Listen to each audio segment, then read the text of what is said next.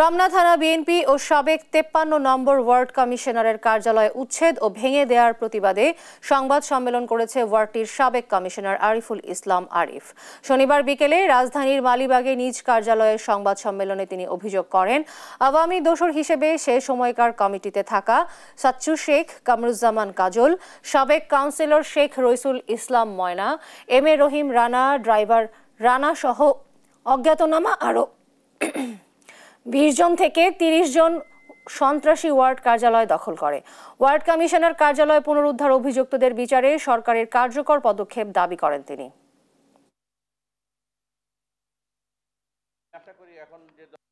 আমার স্ত্রী সেলিনা ইসলাম থানায় মামলা দায়ের করতে যান, কিন্তু তৎকালীন ফ্যাসিস্টের দোসর থানা কর্তৃপক্ষ মামলা আমলে না নিয়ে আমার স্ত্রীকে চলে যেতে বলেন।